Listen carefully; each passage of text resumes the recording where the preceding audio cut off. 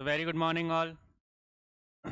Welcome to PSC institute. तो हमारी MCQ series जो यूनिट 7 से चल रही है रिलेटेड, आज हम उसके बारे में क्या पढ़ने वाले हैं। जो हमारे पहले थे ब्रांचेस ऑफ साइंस में ही हम लोग जीव विज्ञान के बारे में या बायोलॉजी के बारे में पढ़ेंगे। ठीक है, जीव विज्ञान से रिलेटेड कौन कौन सी चीज़ें या किस तरीके के क्वेश्चन पूछे जा सकते हैं, आज हम लोग उस तरीके के क्वेश्चन को डिस्कस करते हैं। ठीक है, स्टार्ट करें। यस ठीक है, तो हमारा पहला क्वेश्चन क्या है। Who is known as the father of genetics, या अनुवंशिकी के पिता या जनक के नाम से किसको जाना जाता है? किसको जाना जाता है बना अनुवंशिकी के जनक या पिता? यहाँ पे जनक ही होना चाहिए, तो पिता नहीं होना चाहिए।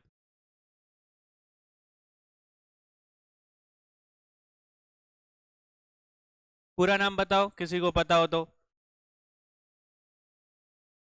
मेंडल का पूरा नाम क्या था?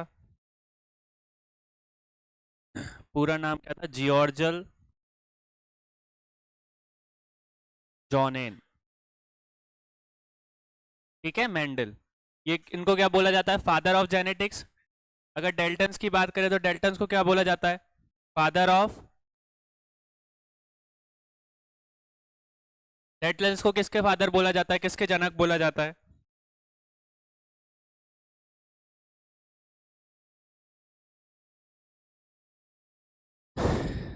तो क्या बोला जाता है?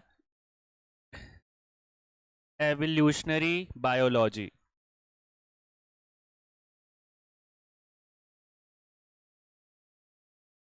ठीक है, डेल्टन्स की बात करें तो डेल्टन्स को किसका बोला जाता है? फादर ऑफ मॉडर्न केमिस्ट्री, के रसायन के जनक के नाम से जाना जाता है, वो भी मॉडर्न, आधुनिक रसायन की बात कर रहे हैं।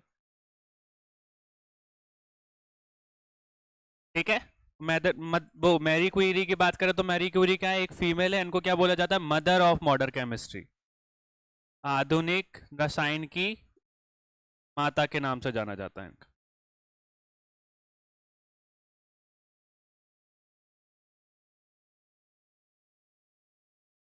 ठीक है, इनके साथ साथ ये दो जरूर याद रख लेना, केमिस्ट्री से रसायन से रिलेटेड जो है, जो हमारे आधुनिक रसायन है उनके मदर के नाम से किसको जाना जाता है? मैरी क्यूरी को। और जनक के नाम से किसको जाना जाता है? डेल्टन्स को। ठीक है, ये केमिस्ट्री वाली चीजें भी इससे याद रखना। नेक्स्ट देखो, according to new darwinism which factor is responsible for biological evolution. ये नाम बोल सकते हैं कि डार्विनिज्म या डार्विनवाद के अनुसार कौन सा कारक जैव विकास के लिए जिम्मेदार है? बायोलॉजिकल एवोल्यूशन के लिए कौन सी चीज रिस्पॉन्सिबल है भैया?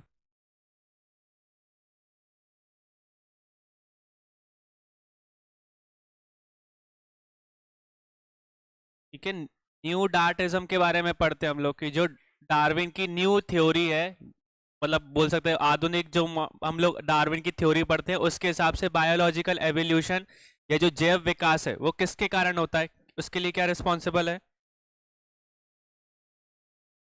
ठीक है, दोनों चीजों के कारण होता है। म्यूटेशन जिसने बताया, म्यूटेशन के कारण तो होता ही है, नेचुरल सिलेक्शन के कारण भी होता है। नेचुरल सिलेक्शन के बारे में जानते हो?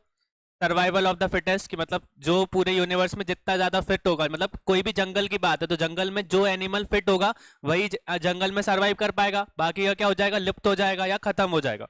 उस चीज को हम लोग नेचुरल सिलेक्शन को देखते हैं, कि जो हमारी मतलब कि वो नेचर है वही अपने आप डिसाइड कर देगी किसको जिंदा रखना है किसको नहीं रखना। ठीक है, इस चीज के बारे में हम लोग देखते हैं। तो नियो डार्विनिज्म के बारे में हम लोग पढ़ते हैं, तो दो चीजें रिस्पॉन्सिबल होती है बायोलॉजिकल एवोल्यूशन के लिए, जैव विकास के लिए। एक है म्यूटेशन, दूसरा नेचुरल सिलेक्शन। म्यूटेशन के बारे में आपने बहुत सुना होगा अभी कोविड के टाइम पे। म्यूटेशन मतलब कि बदलता रहता है। म्यूटेट मतलब कि मतलब अपने आप में बदलाव करता रहता है। जैसे कोविड 19 की बात करते थे, जो वायरस प्रेजेंट था वो म्यूटेट कर रहा था, मतलब कि अलग अलग वायरस हमको देखने को मिल रहे थे, और जो नया नया वायरस था उसमें अलग सिम्टम्स और अलग तरीके की बीमारीज हमको देखने को मिल रही थी। ठीक है, नेक्स्ट देखो, हु प्रोपेंडेड द म्यूटिज्म, या म्यूटेशन की जो थ्योरी थी वो किसके बारे द्वारा दी गई थी? उत्परिवर्तनवाद की प्रतिपादन किसने किया था? म्यूटिज्म के बारे में किसने बताया था? ये म्यूटेशन से रिलेटेड थ्योरी किसने दी थी?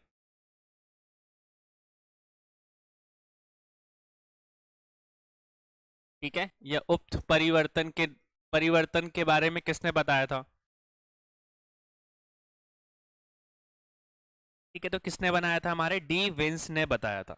डी विंच की बात करें तो विंच ने हमारे सबसे पहले म्यूटेशन के बारे में या म्यूटेशन से रिलेटेड स्टडीज के बारे में बताया था।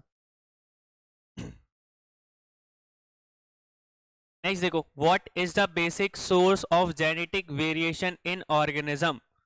जीवों की आनुवंशिक विभिन्नताओं का मूल स्रोत क्या होता है?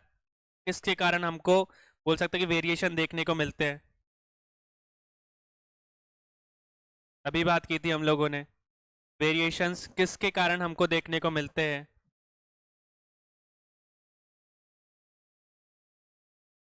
ठीक है, किसके कारण देखने को मिलता है? अभी बात की थी हम लोगों ने म्यूटेशन की, या उत्परिवर्तन की, या बोल सकते कि हमारे जेनेटिक रिकॉम्बिनेशन की।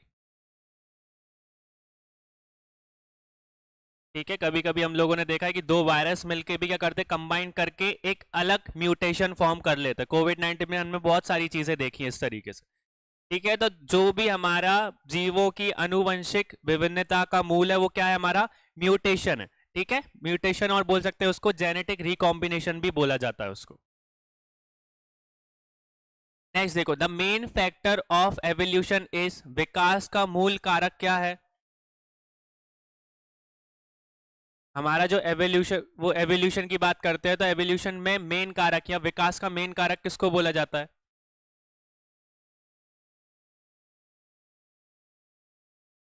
ठीक है, हम लोग जो इवॉल्व करते जा रहे हैं ना, इवॉल्व करने के पीछे का रीजन क्या होता है? हमारा नेचुरल सिलेक्शन।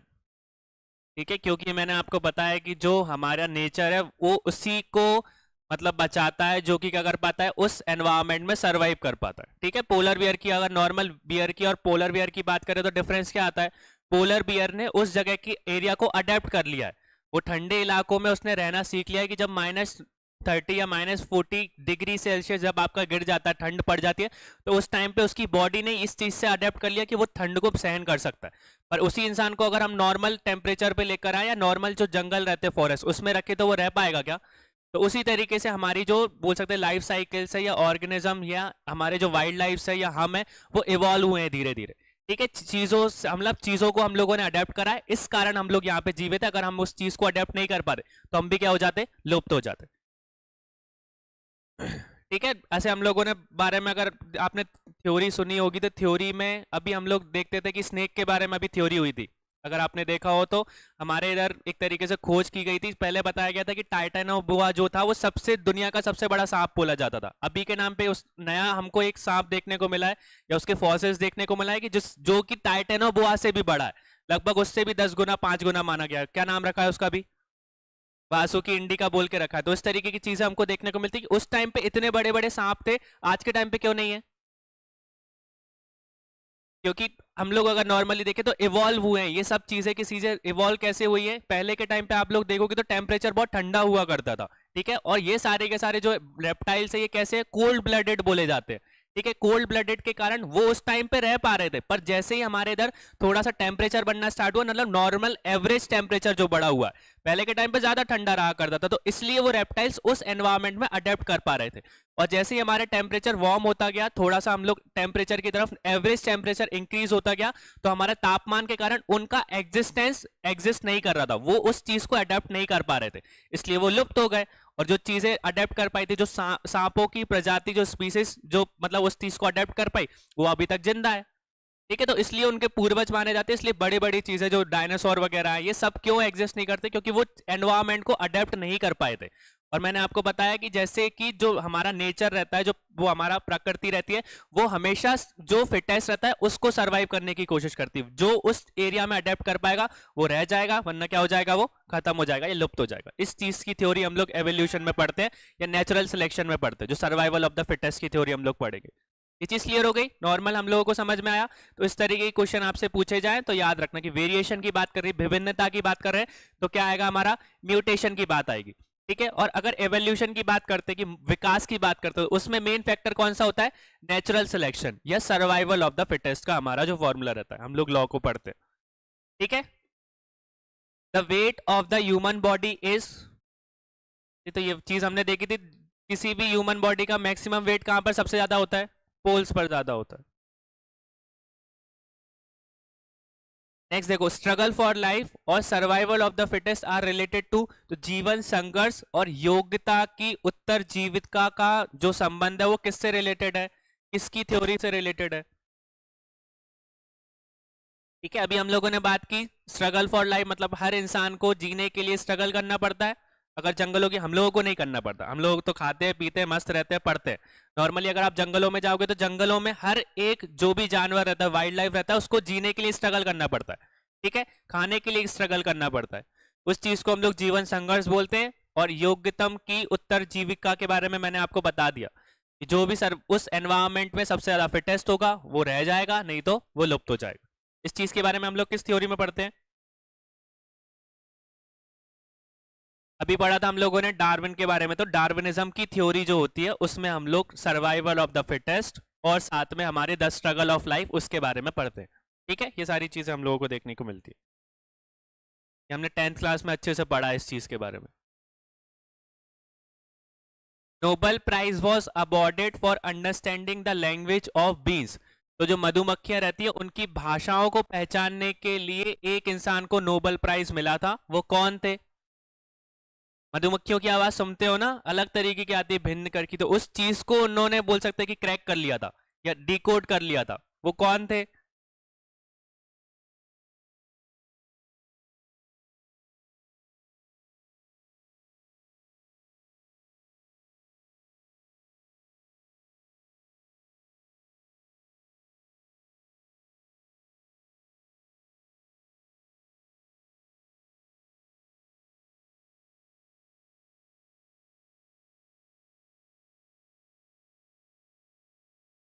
कौन थे वो? केवी फ्रिश थे। किस ईयर में उन्होंने इस चीज के बारे में पता कर लिया था? अभी की थ्योरी की बात हो रही है कि बात मतलब बहुत पहले की बात है ये? मतलब बहुत पहले उन लोगों ने इसको डिसाइड कर लिया था, लगभग बोल सकते हैं कि 1970s की बात है। ठीक है, 73 बोल सकते हैं। 1970s के टाइम पे उनको मतलब मधुमक्खियों की भाषा को पता करने के लिए उनको क्या मिला था? नोबेल प्राइज मिला था। अब नोबेल प्राइज की बात की तो 2023 की बात कर ले। 2023 में किन दो लोगों को नोबेल प्राइज मिला है बायोलॉजी से रिलेटेड?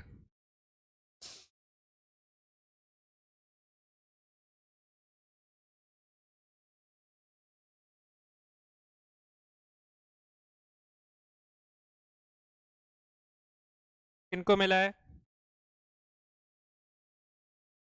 और पहली चीज ये याद रखना कि इसमें नोबेल मतलब बायोलॉजी के लिए नोबेल प्राइज नहीं मिलता, या तो उसको फिजियोलॉजी के लिए बोला जाता है,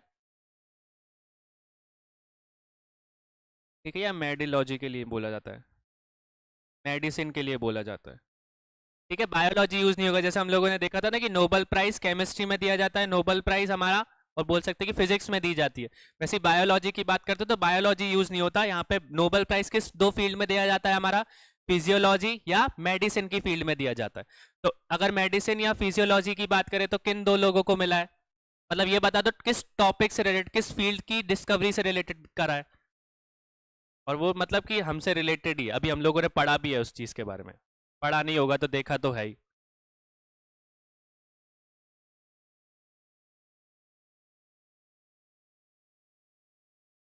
तो किन दो लोगों को मिला है? एक है कारिको और एक है वेइसमैन। ठीक है, इन ये दोनों के दोनों लोग हैं जिन लोगों को नोबेल प्राइज मिला है। किससे रिलेटेड? फिजियोलॉजी से रिलेटेड या मेडिसिन से रिलेटेड। उनने किस फील्ड में काम किया था? किस चीज का डेवलपमेंट किया था? Development of effective M R N A vaccine related to कोविड-19। ठीक है, उन्होंने बोल सकते हैं कि एक तरीके की वैक्सीन का डेवलपमेंट किया था। किस तरीके की वैक्सीन? mRNA से रिलेटेड हमारी वैक्सीन थी, जो किस बीमारी से रिलेटेड थी? कोविड-19 से रिलेटेड थी। mRNA क्या है यहाँ पे? एम का मतलब मतलब बोल सकते हैं कि हमारा रिबो न्यूक्लिक एसिड का एक टाइप है जिसमें एम किसको शो करता है, मैसेंजर को शो करता है। ठीक है, एम का याद रखना कि एम का मतलब है मैसेंजर, और आरएनए का मतलब क्या है, रिबो न्यूक्लिक एसिड।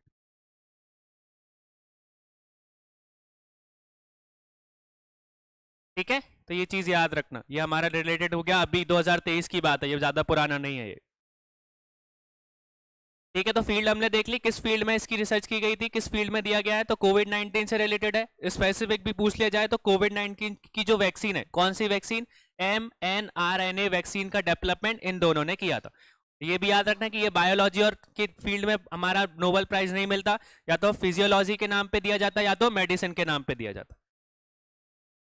नेक्स्ट देखो, potato chips are stored in packet bags in, तो आलू की चिप्स प्लास्टिक की थैली में संक्रमित रखने के लिए कौन सी एटमॉस्फेयर का हम लोग यूज करते हैं, किस एयर का यूज करते हैं हम लोग, कल पढ़ा है हम लोगों ने, क्या आंसर जल्दी आने लगे, नाइट्रोजन से बाहर, नाइट्रोजन गैस उसमें भरी रहती। नेक्स्ट देखो, statics is related to which of the following, या स्थिति विज्ञान निम्नलिखित में से किससे संबंधित है। स्टैटिक के बारे में या बोल सकते हैं कि हम लोग स्थिति विज्ञान के बारे में जो पढ़ते हैं वो किस चीज से रिलेटेड है, गतिमान स्थिति से, विश्राम की स्थिति से, या मानसिक स्थिति से, या डाटा की स्थिति से। ठीक है।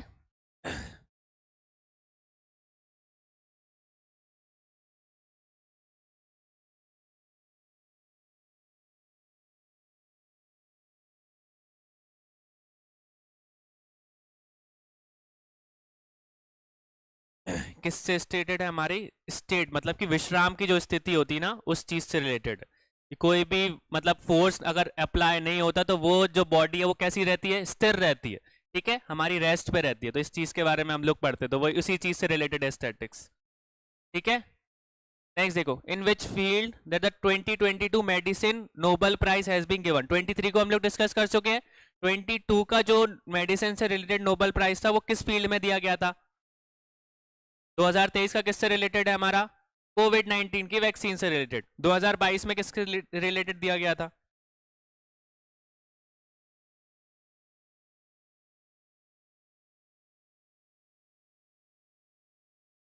किस चीज से रिलेटेड दिया गया था, कोरोना वायरस से तो नहीं होगा, कोरोना वायरस से तो हमने देख लिया किस ईयर में दिया गया है, अभी लेटेस्ट में देके रखा है। ठीक है, हेपेटाइटिस वायरस के बारे में देके रखा है, ये तो बहुत पुरानी चीज है, ये चीज भी नहीं देके रखी होगी। Discovery of the receptors for the temperature and touch, ये भी पहले हो चुकी है, अभी कौन सा बचा हमारा, इन द फील्ड ऑफ जीरोम्स और exist humans and the human evolution. ठीक है, तो विलोम बोल सकते हैं हार्मोन्स और हमारे मानव विकास के जीरोम से रिलेटेड क्षेत्र में दिया गया था। ठीक है, ये इतना इंपॉर्टेंट नहीं है किसको दिया गया था, पर 23 का जरूर इंपॉर्टेंट है, 23 का पूछा जा सकता है आपसे। नेक्स्ट देखो, change in the sequence base with in a gene is called, तो जीन के भीतर अनुक्रम आधार में परिवर्तन करने को किस चीज क्या कहलाया जाता है। ठीक है, जीन के भीतर जो अनुक्रम आधार रहता है वो क्या होता है, चेंज होता है, तो उस प्रोसेस को हम लोग किस नाम से जानते हैं, अभी देखने को हम लोगों ने बात की थी कि किसी चीज में भी हम लोगों को वेरिएशन देखने को मिलता है, किस कारण देखने को मिलता है, क्योंकि उसके अंदर की जो जीन्स रहते हैं वो क्या हो जाते हैं, चेंज हो जाते हैं, वो अडेप्ट कर लेते हैं अपने आप को उस एनवायरमेंट में, तो उस चीज को क्या बोला जाता है, म्यूटेशन बोला जाता है। ठीक है, या उत्परिवर्तन बोला जाता है।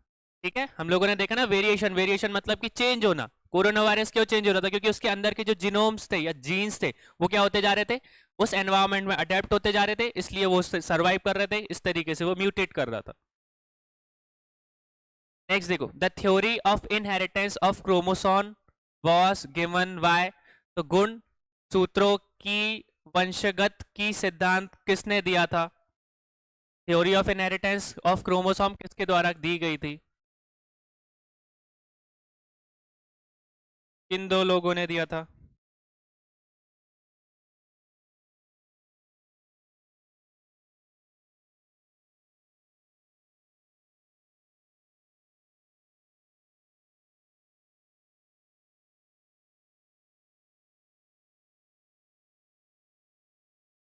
ठीक है, किसके द्वारा दी गई थी हमारे, सुटॉन और बुवेरी के द्वारा।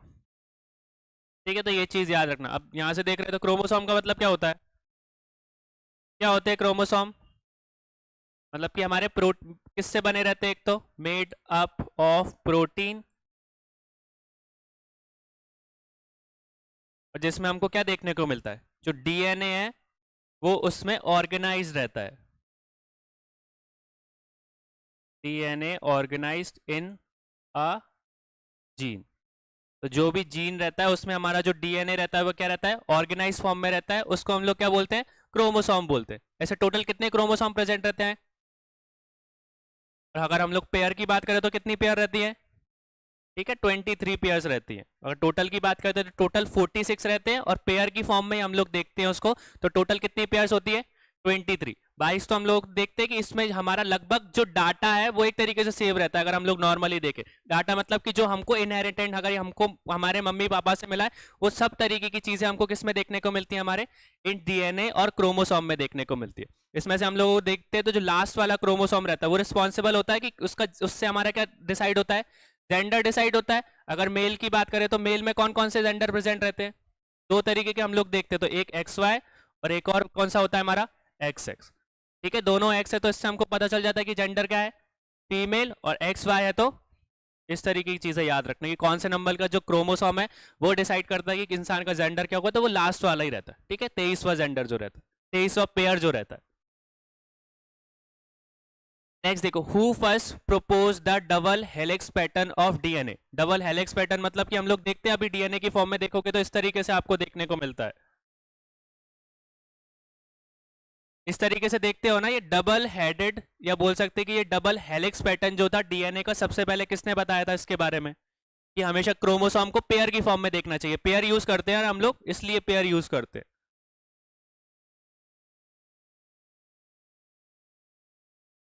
ठीक है, तो वॉटसन और क्रिक ने इस चीज के बारे में बताया था। किस ईयर में इसकी डिस्कवरी बता दी थी? तो 1953 के टाइम पे इसकी बता दिया था। ठीक है, हम लोग देखते हैं हमेशा जो भी हमारा क्रोमोसोम या जो डीएनए रहता है हमेशा डबल हेलिक्स की फॉर्म में रहता है, डबल पेयर की फॉर्म में हम लोग देखते हैं। टोटल 46 होते हैं, पर पेयर की तरह काउंट करते हैं हम लोग 23 को, तो इसी तरीके से काउंट करते हैं। नेक्स्ट देखो, for which invention was Har Gobind Khorana honoured. तो हर गोविंद खुराना जो थे उनको किस आविष्कार के लिए सम्मानित किया गया था? ये अभी की बात नहीं है, लगभग उनको 1968 के टाइम पे नोबेल प्राइज मिला था। ठीक है, तो 1968 में उन्होंने खोज की थी। किस चीज से रिलेटेड उन्होंने खोज की थी?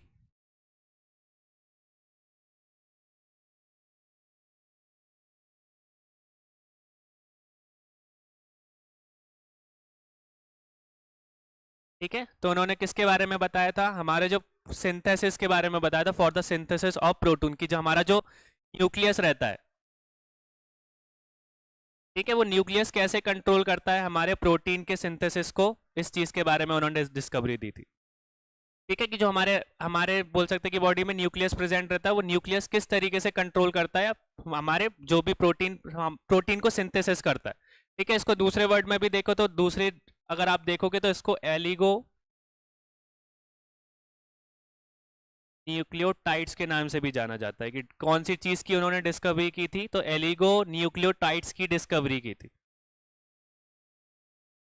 ठीक है, इन दोनों चीजों के बारे में देख लेना। Who propagated the theory of jumping genes. Theory of jumping genes, या बोल सकते हो कि हमारे जो बोल सकते हैं कि जंपिंग जीन्स का जो सिद्धांत था उसका प्रतिपालन किसने किया था? जंपिंग जीन्स के बारे में सबसे पहले किसने डिस्कवरी की थी?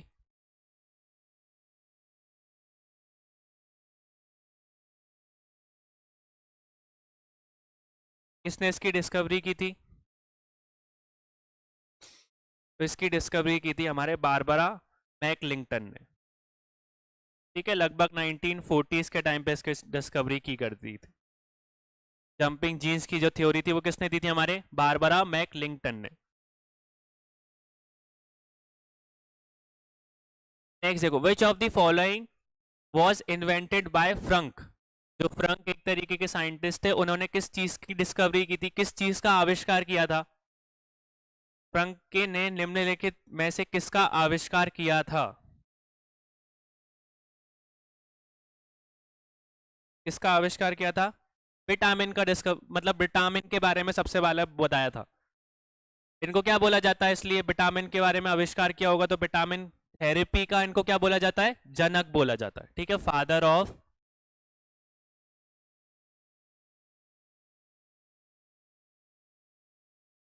Vitamin therapy.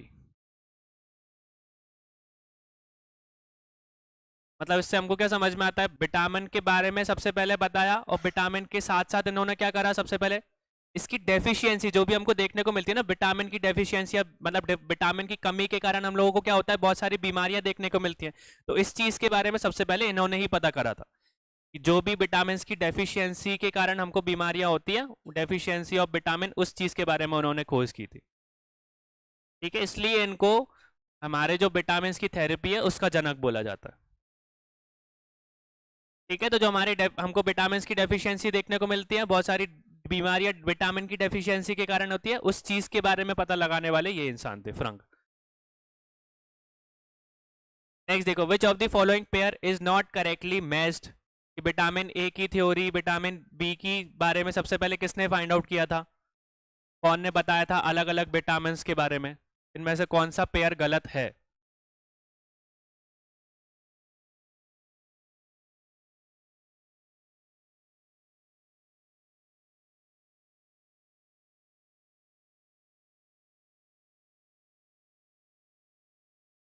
ठीक है, तो ये चीज याद रखना, ए बी और डी जो थे वो एक ही लोगों ने उस चीज की डिस्कवरी की थी। किसने की थी?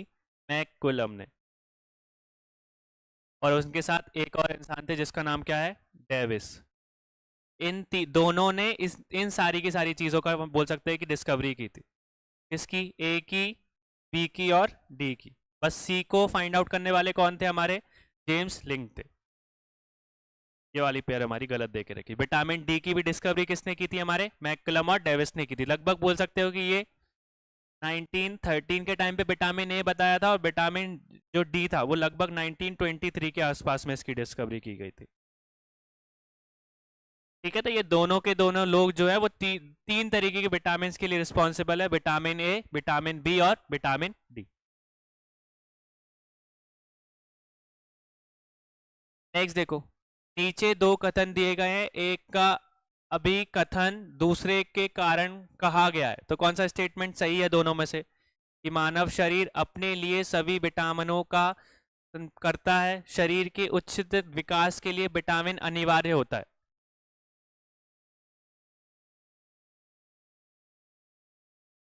असर्शन और रीजन वाले क्वेश्चन है ये। पहला आपका बोल सकते हैं अभिकथन बोल के रखा है, और दूसरा कारण बता के रखा है। क्या उसका कारण सही है या अभिकथन सही है?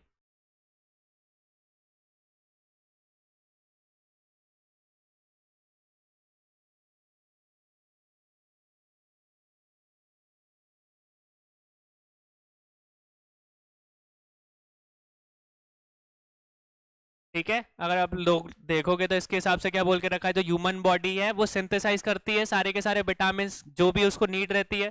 और रीजन क्या बता के रखा है? Vitamin are essential for the proper growth of the body. तो दूसरा स्टेटमेंट रीजन तो क्या बोल के रखा है? सही दे के रखा है, पर हमारा जो असर्शन है वो क्या दे के रखा है?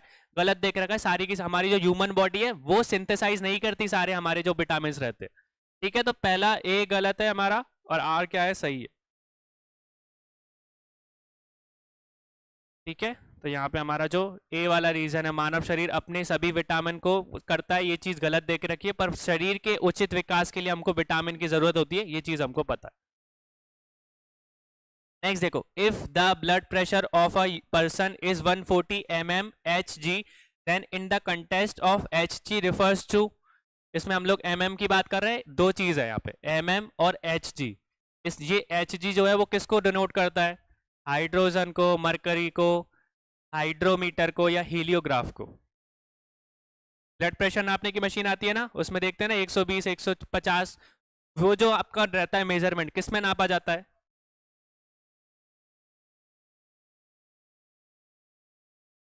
किस में नापा जाता है? ठीक है, तो मरकरी में नापा जाता है। तो यहाँ पे mm का मतलब होता है मिलीमीटर ऑफ मरकरी। तो Hg हमको पता है, Hg का डिनोशन किस फॉर्म में रहता है हमारा, मरकरी के फॉर्म में। आपसे अगर पूछे कि नॉर्मल ब्लड प्रेशर का रेंज कितना है हमारा, मतलब हाईएस्ट कितना होना चाहिए, लगभग 120 और लोएस्ट,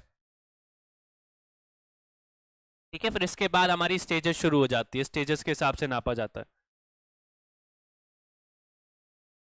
नेक्स्ट देखो, which forest has top vertical level of stratum, किस वन के शीर्ष बोल सकते हैं ऊर्ध्वाधर स्टार पर परित होते हैं।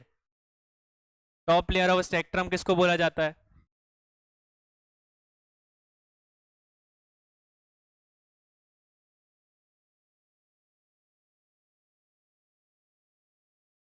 ठीक है, तो अगर आप देखो तो यहाँ पे हम तीन चीजों के बारे में देखते हैं, एक होता है टॉप, एक होता है मिडल लेवल, और एक होता है हमारा बॉटम, जो कि सबसे नीचे वाला मतलब जो पोर्शन रहता है। सबसे टॉप वाली चीज हमको क्या देखने को मिलती है? ट्रीज देखने को मिलती है। मिडल में क्या रहते हैं हमारे? शर्ब्स रहते हैं। और बॉटम में क्या रहता है? हमारी घासें रहती है, ग्रास रहती है। ठीक है, तो ये चीज याद रखना। वर्टिकल लेवल हमको कैसे देखने को मिलता है? सबसे ऊपर की तरफ क्या रहते हैं हमारे? वृक्ष रहते हैं। हमारे मिडिल की तरफ हम लोग बोल सकते हैं एक तरीके से झाड़ियां रहती है। और बॉटम में क्या रहता है हमारा? घास रहती है, ग्रास रहती है यहाँ पे। तो इस चीज से हमारा जो बोल सकते हैं कि स्केट्रम जो है वो इस तरीके से डिफाइन होता है। ठीक है, याद रखना ये सारी चीजें। ऊपर वाले पोर्शन में हमको वृक्ष देखने को मिलेंगे, बीच वाले में हमको शब्द देखने को मिलेगी या झाड़ियां देखने को मिलेंगी, और बॉटम में क्या देखने को मिलती है? सबसे नीचे घास देखने को मिलती है। The study of flowers is called, जो फूलों की अध्ययन को क्या कहा जाता है? जो भी इंसान फूलों को अध्ययन करता है, फूलों के बारे में पढ़ता है, उसको वो स्टडी किससे रिलेटेड है? वो फील्ड किस फील्ड में आता है?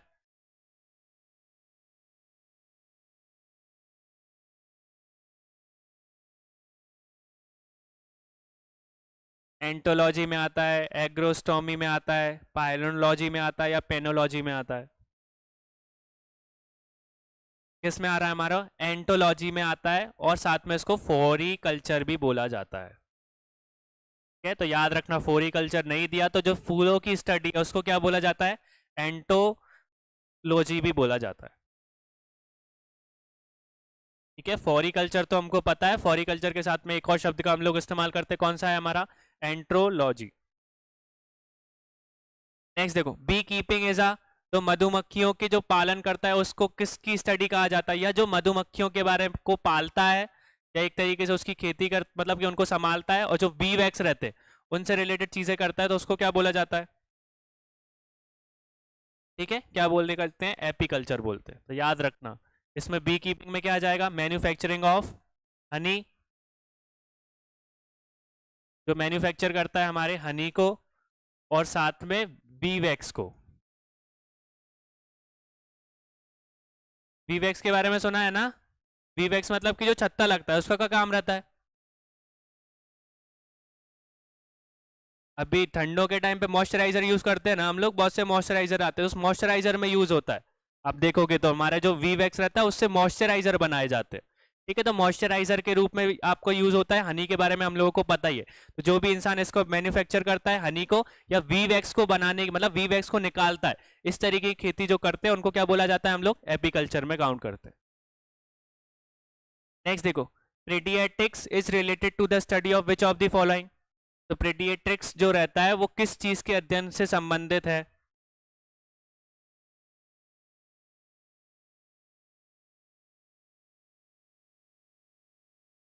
इसमें गलत हो गया क्या? हाँ, इसमें नाम का वही आ गया, तो वो तो आप लगा ही दोगे। मतलब इसकी जगह क्या होना चाहिए था? हमारी जो चाइल्ड से रिलेटेड, जो बच्चों से रिलेटेड जो बीमारियां होती है ना, चाइल्ड केयर, या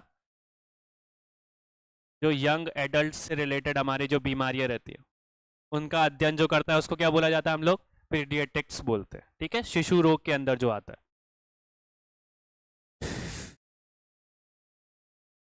अगर यहाँ पे अगर हम लोग देखें तो जो बोन डिसीजेस से रिलेटेड जो स्टडी रहती है उसको क्या बोला जाता है? ठीक है, तो हमारे अगर हार्ट डिसीजेस की बात करें तो कार्डियोलॉजी, और आई से रिलेटेड बात करें तो आई से रिलेटेड बताओ कोई। क्या बोला जाता है? इसको बहुत कम देखोगे आप लोग, ऑप्थेल्मोलॉजी। ठीक है, तो जब भी आप बड़े मतलब बोल सकते हैं कि हॉस्पिटल में जाओगे तो आई केयर से रिलेटेड आप देखोगे तो उसके डॉक्टर के आगे क्या लिखा रहेगा हमारा, बोल सकते हैं ऑर्थोमोलॉजी। ठीक है, ऑर्थोमोलॉजी से रिलेटेड जो चीजें स्टडी रहती है वो हमारी किस में आती है, आईडीसी से रिलेटेड आती है। हार्ट से हमको पता ही है, बोन से हम लोग देखे ऑर्थोपोलॉजिस्ट। ठीक है, तो ये चीजें याद रखना। नेक्स्ट देखो, a scientist want to study the virus of a viral disease plant from this which of the following plant should not be choose.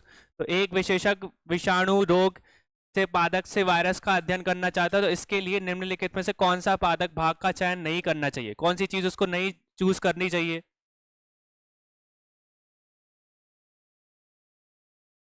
ठीक है, मैरो यूज कर सकता है, न्यूट्रिएंट्स यूज कर सकता है, या शूट बाइनर यूज कर सकता है, या कॉर्टेक्स कर सकता है, कौन सा नहीं करना चाहिए। ठीक है, तो जो शूट रहती है, जो शूट अपेक्स रहता है उसको यूज नहीं करना चाहिए। ठीक है, तो किसी भी वायरस का पता करने के लिए कोई भी साइंटिस्ट किसको चूज नहीं करता, जो शूट रहती है, एक तरीके से हमारा जो प्रोए या आग्रक रहता है उसका इस्तेमाल नहीं किया जाता। नेक्स्ट देखो, the study of internal structure of plant is called. तो पौधों के अंतरिक्ष संरचना का अध्ययन करने वाले को क्या बोला जाता है, जो प्लांट के अंदर की स्टडी करता है, इंटरनल स्ट्रक्चर्स की स्टडी करता है। ठीक है, तो क्या बोला जाता है, हिंदी में इंग्लिश में मतलब हम लोग नॉर्मल में भी देखे तो एटोनॉमी बोला जाता है, तो ये क्या हो जाएगी, प्लांट एटोनॉमी या फाइटोलॉजी, या फाइटोलॉजी भी बोला जाता है। ठीक है, प्लांट एनाटॉमी नॉर्मली हम लोग एनिमल मतलब ह्यूमन की भी बात करते हैं तो शरीर की स्टडी जो करता है उसको एनाटॉमी के नाम में ही आता है, तो यहाँ पे प्लांट एनाटॉमी हो जाएगा या फोटोलॉजी में आ जाएगा हमारा। नेक्स्ट देखो, agrostology is related to the study of. जो एग्रोस्टॉमी है वो किस अध्ययन से रिलेटेड है।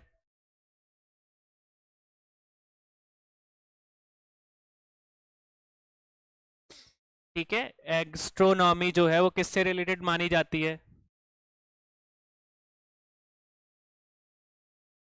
तो घास से रिलेटेड जो चीजें अध्ययन करता है उसको क्या बोला जाता है, एग्स एग्रोस्ट्रोनॉमी भी बोला जाता है, और बोल सकते हैं ग्रामीनोलॉजी भी बोला जाता है। ठीक है, ग्रामीनोलॉजी भी हमारे किस में बोल सकते हैं, मतलब घास की स्टडी को ग्रामीनोलॉजी भी बोला जाता है और एग्रोस्ट्रोनॉमी भी बोला जाता है।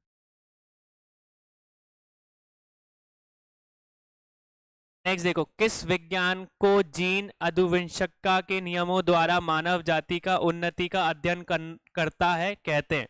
The science which study the progress of mankind through the laws of heredity is called.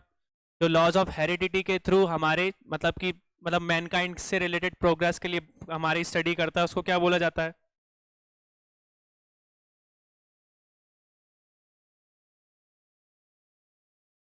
उसको क्या बोला जाता है, यूजेनिक बोला जाता है। ठीक है, यूजेनिक बोला जाता है, या जेनेटिक्स की काउंट मतलब जेनेटिक्स की फील्ड में ही काउंट किया जाता है उसको।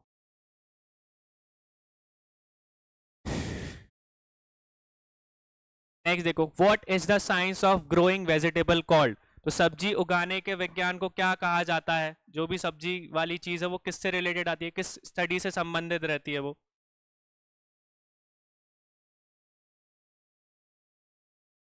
ठीक है, डायरेक्ट ही इसमें लिखा है, अगर वेजिटेबल से रिलेटेड नहीं हो तो उसमें याद रखना है उसको क्या बोला जाता है, हमारा हॉरिकल्चर बोला जाता है। ठीक है, हॉलेरिकल्चर किस चीज की स्टडी से रिलेटेड है, हमारी सब्जियों की अध्ययन से रिलेटेड है।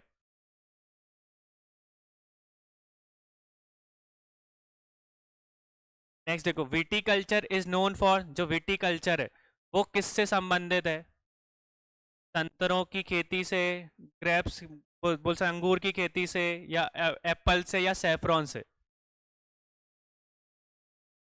ठीक है, विटीकल्चर जो है वो किसकी खेती से रिलेटेड है, हमारे अंगूर से उत्पादन से रिलेटेड।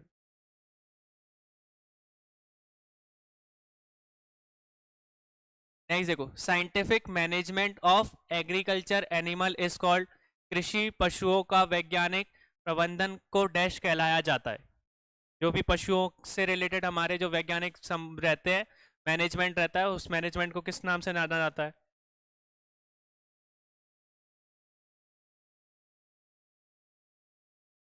ठीक है, किस नाम से जाना जाता है? पशुपालन के नाम से, एनिमल हस्बेंड्री के नाम से जाना जाता है।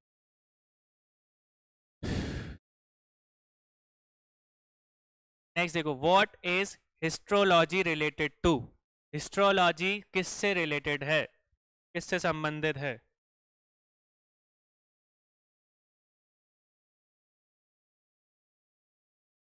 ठीक है, हिस्टोलॉजी में इंसान किससे रिलेटेड चीजों को पढ़ता है?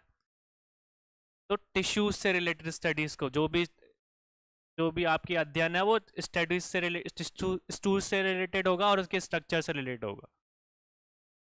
टिश्यूज का अध्ययन और उसके स्ट्रक्चर के अध्ययन करने वाले इंसान को हम लोग क्या बोलते हैं? हिस्टोलॉजी में काउंट करते हैं। नेक्स्ट देखो, who use the word biology for the first time? तो बायोलॉजी शब्द का इस्तेमाल या जीव विज्ञान शब्द का इस्तेमाल सर्वप्रथम किसने किया था?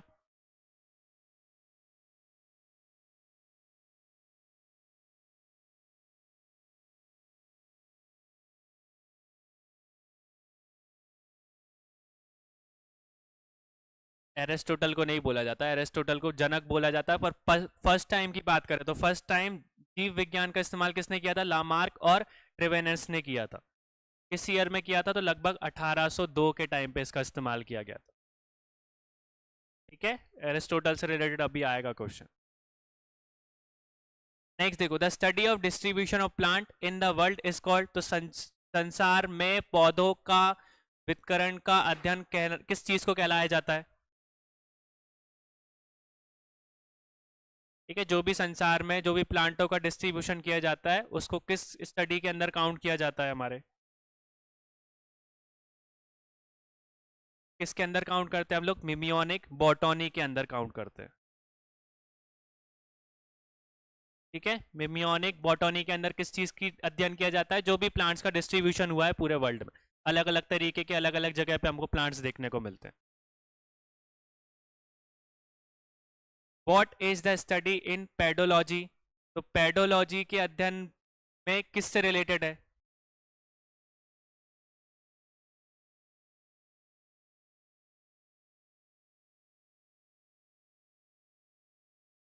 पेडोलॉजी किसके अंदर काउंट होती है हमारी?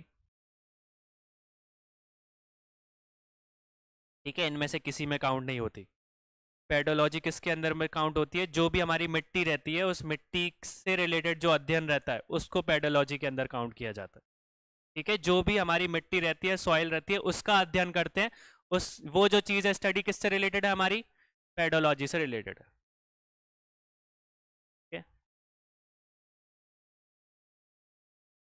नेक्स्ट देखो, the branch of botany that gives information about heredity and variation is called? तो अनुवंशिकता और विभिन्नता के बारे में जानकारी देने वाली वनस्पति विज्ञान की शाखा को क्या कहलाया जाता है? क्या बोला जाता है? सिंपल सा क्वेश्चन है। बॉटनी के किस ब्रांच में काउंट करते हैं हम लोग? ठीक है, तो किस में काउंट करते हैं हम लोग? अनुवंशिकी या जेनेटिक्स के अंदर काउंट करते हैं उसको।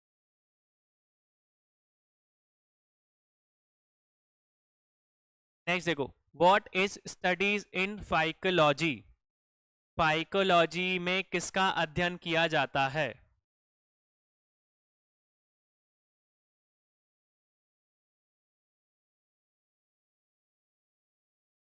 ठीक है, किसका अध्ययन किया जाता है? एल्गाई का किया जाता है या फंगाई का किया जाता है या वायरस का किया जाता है? किसका किया जाता है? एल्गाई का किया जाता है। ठीक है, वायरस से रिलेटेड जो स्टडी होती है उसको क्या बोलते हैं हम लोग? माइकोलॉजी। ठीक है, और वायरस से रिलेटेड जो भी अध्ययन करता है उसको क्या बोला जाता है? वायरोलॉजी। ठीक है, ये चीज याद रखना, जो भी वायरस फंगी से या कारक से रिलेटेड जो अध्ययन करता है उसको क्या बोलते हैं हम लोग? माइकोलॉजी। और जो वायरस से रिलेटेड चीजें हम लोगों को अध्ययन की जाती है वो किस फील्ड में काउंट की जाती है? वायरोलॉजी में काउंट की जाती है। ठीक है, कंफ्यूज मत होना। फाइकोलॉजी जो है किसका अध्ययन बोला जाता है? एल्गी का अध्ययन। नेक्स्ट देखो, जीव विज्ञान नर्सिंग किससे संबंधित है? Gerontology nursing is concern with, किस चीज से रिलेटेड होगा? Caring for the patient with genetic problem, caring for the patient with the terminal illness, caring for the patient for the community settings, और study of older adults. Gerontology nursing किससे related है?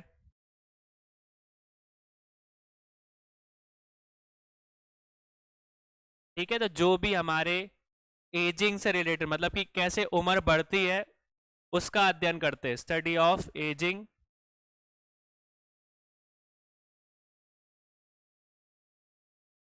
And जो older adults हैं, थोड़े से मतलब बोल सकते हैं कि बूढ़े लोग हैं, उनसे रिलेटेड जो स्टडीज करते हैं उनको हम लोग क्या बोलते हैं? जेरोंटोलॉजी नर्सिंग के अंदर काउंट करते हैं। ठीक है, जो भी एज होती है हमारी, जिस तरीके से हमारी आयु बढ़ती है उस चीज के बारे में स्टडी की जाती है इसमें।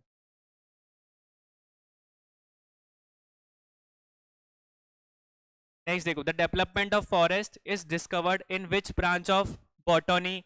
वनों के विकास का वर्णन वनस्पति विज्ञान की किस शाखा में होता है?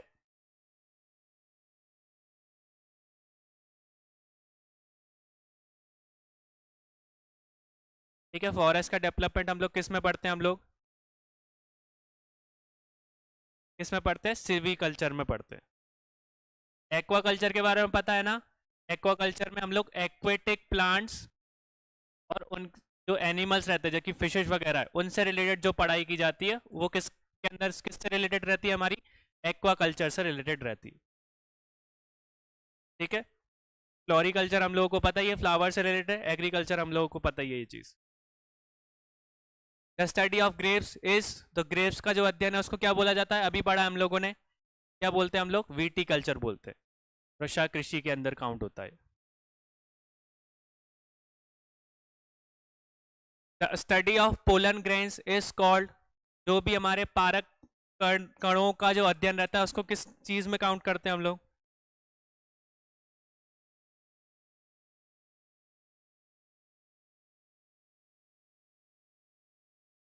किसके अंडर काउंट करते हैं हम लोग?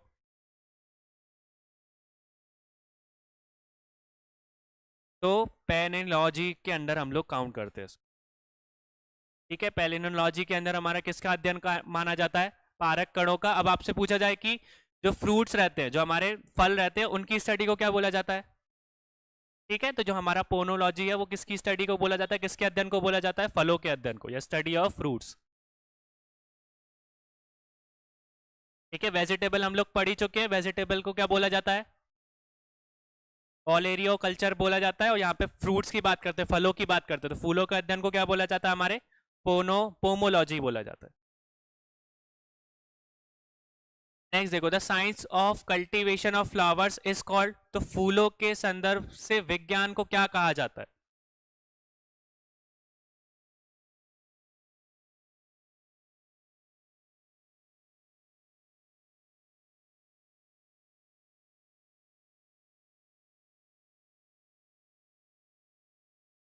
ठीक है, तो क्या बोला जाता है? हमारा फ्लोरिकल्चर बोला जाता है। ऑरियोकल्चर हम लोग पढ़ चुके हैं, वेजिटेबल में काउंट होता है।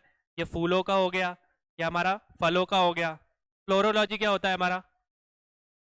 फ्लोरोलॉजी में क्या पढ़ते हैं हम लोग? जैसे हम लोगों की एक लैंग्वेज होती है, वैसे ही फूलों की भी एक लैंग्वेज होती है। ठीक है, लैंग्वेज ऑफ फ्लावर्स, मतलब कि जो फ्लावर्स से रिलेटेड, फ्लावर की लैंग्वेज से रिलेटेड बात करता है, उसके बारे में पढ़ता है। उस वो किस स्टडी में आता है, किस फील्ड में आता है? हमारा फ्लोरोलॉजी के अंदर काउंट होता है। ठीक है, 20 की लैंग्वेज हम लोगों ने देखी ना, तो 20 की लैंग्वेज के साथ हमारी फ्लावर्स की भी कुछ लैंग्वेज होती है, वो किसके अंदर में हम लोग उसका अध्ययन करते हैं? फ्लोरोलॉजी के अंदर।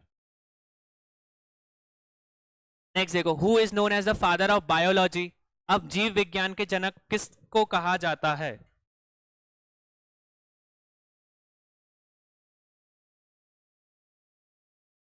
ठीक है, तो जनक किसको बोला जाता है? एरिस्टोटल को बोला जाता है, या बोल सकते हैं कि उनको फादर ऑफ जूलॉजी भी बोला जाता है। ठीक है, जंतु शास्त्र जो होता है, जंतु शास्त्र के जनक भी किसको बोला जाता है? हमारे हमारे एरिस्टोटल को ही बोला जाता है। ये दोनों चीजें याद रखना, हमारे जीव विज्ञान के मतलब जनक भी हैं, और साथ में जंतु शास्त्र के जनक भी कौन है? एरिस्टोटल ही है। नेक्स्ट देखो, the scientific name of bee keeping is, तो मधुमक्खी पालन का वैज्ञानिक नेम क्या है? ठीक है, एपीकल्चर अभी हम लोगों ने देखा था, इसमें क्या होता है? हमारा हनी का भी ट्रेड किया जाता है, हनी की खेती करते हैं, हनी को मैन्युफैक्चर करते हैं, और बी वैक्स जो रहती है उसकी मैन्युफैक्चर किया जाता है। The branch of science related to the plant cultivation is, तो वनस्पति संघर्ष के संबंधित विज्ञान की शाखा कौन सी है? प्लांट के कल्टीवेशन की बात हो रही है।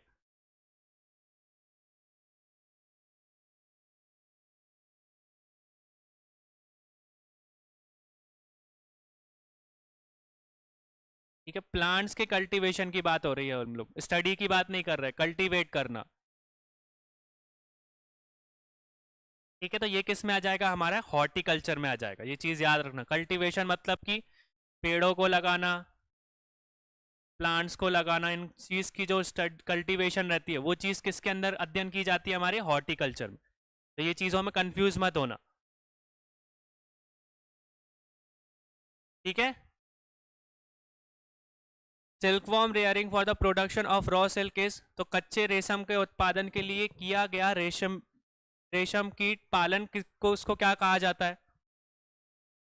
ठीक है, तो रेशम के धागे जो बनाए जाते हैं उसको क्या बोला जाता है हमारा? ठीक है, तो सेरीकल्चर बोला जाता है। ठीक है, तो यही हमारे क्वेश्चन थे बायोलॉजी से रिलेटेड, जीव विज्ञान से रिलेटेड। ठीक है, तो यहाँ पे ज्यादातर क्वेश्चन आपसे यही पूछे जाएंगे कि जनक को कौन को बोला जाता है, जो बोलते सी वॉर्म जो रियरिंग रहती है, सिल्क वॉर्म रियरिंग रहती है, उसको क्या बोला जाता है? बीज से रिलेटेड हम लोगों ने चीजों को देखा।